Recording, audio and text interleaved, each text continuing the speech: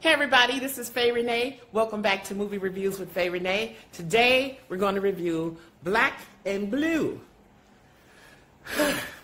This is going to be a controversial but short review. Let's get started. Let's go.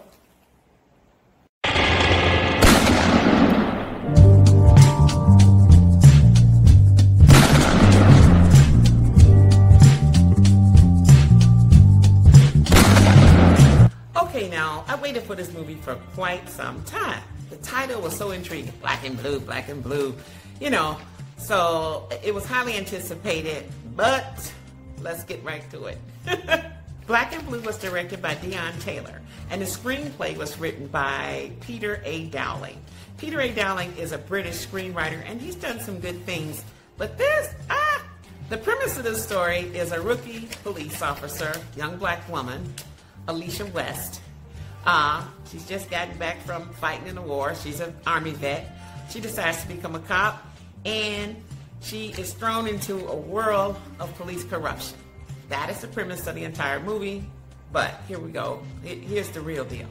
The movie was supposed to be a straight-out action thriller that was a cop corruption story, but the way they promoted it, as everyone knows, that's why we were anticipating, we thought it would be dealing with a more topical issues of Black and Blue, which let's just get right there, which is the police state practically that a lot of us, if you're Black Americans, feel that we're living in. You know, the police against the black man. So we thought this was going to really tackle it. They missed the mark, but let me tell you more. Regarding the police state, there's a hell of a lot of tension and overt and underlying things going on in this film. It's very disturbing, particularly with some of the overt racist treatment of the black citizens portrayed in this movie. I mean, the people they used in this movie, they portrayed them as all downtrodden criminals that lived in the projects that were ghetto. Everybody in the projects is not ghetto. And, you know, just because you're in a ghetto does not make you ghetto. But that's why I told you this is controversial. I don't like these type of movies or these reviews even. But somebody's got to do it. So now here's something else. Many film critics just dismiss the film as missing the mark on topical issues, as being a typical patent cop corruption movie.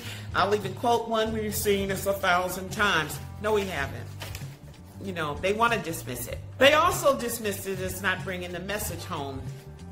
I think because this movie was a hotbed issue to tackle, they just didn't know how to do it very well. I mean, that's understandable. I don't know who could bring this to the screen, but not this director and not this screenwriter.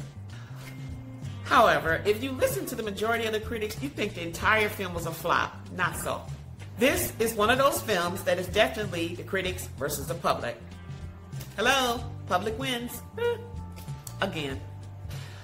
And yeah, the film could have been written better. They did have a couple of cheesy lines that I thought, this writer doesn't understand that real black folks wouldn't have said that in that situation.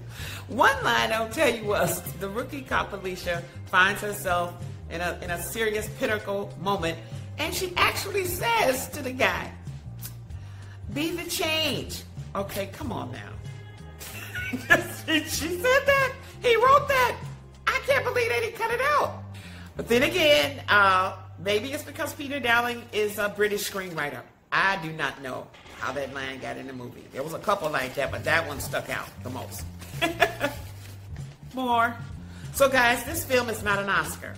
I don't think it was meant to be an Oscar, but it's very entertaining, and you will not go to sleep. It is not boring. You will be riveted to it. I give it that. You want to know what's going to happen next. And the movie is carried by the star. This young black woman, Naomi Harris, did an excellent job. I think she's a really good actress. Better roles are coming, I hope. Should be. Other actors of note were co-starring Tyrese Gibson as Milo, and police officer Kevin was played by Reed Scott. Okay, let's just put all the rest of this in last thoughts, okay, because this is me. If you want to sweep this topic under the rug, then I recommend don't go and see the movie. You don't have to talk about it. It's this, it's that. You want to sweep this topic under the rug, don't go and see this movie. That's what I say.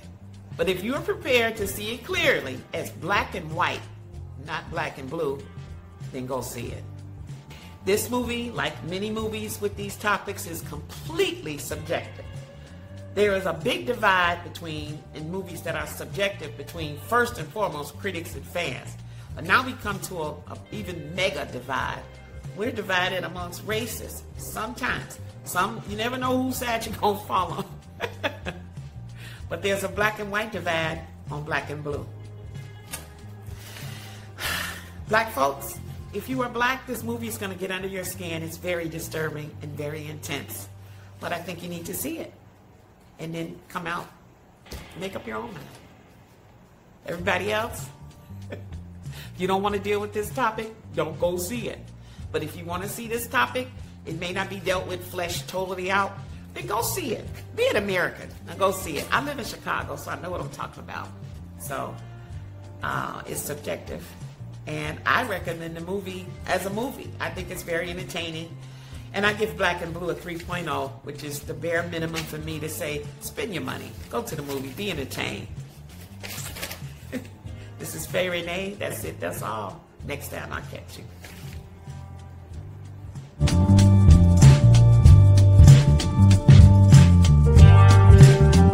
Hey everyone. Thanks for watching the video. I hope you enjoyed Movie Reviews with Faye Renee.